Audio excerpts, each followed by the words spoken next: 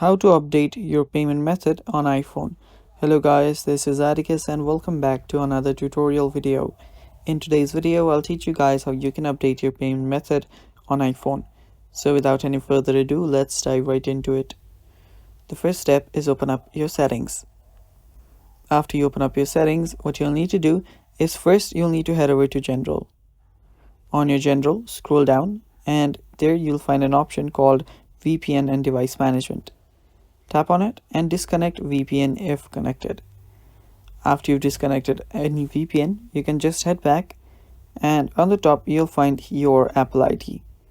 After you're on your Apple account, you'll need to tap on Payments and Shippings.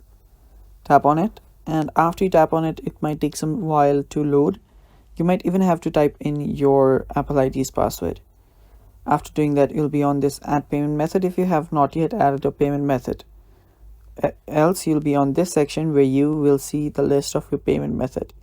Now if you want to update your payment method, tap on Add Payment Method, and here you can fill in this form, tap on Done and update your payment methods. And that's basically how you do it on iPhone, guys. Thanks for watching, stay tuned for more, and bye bye.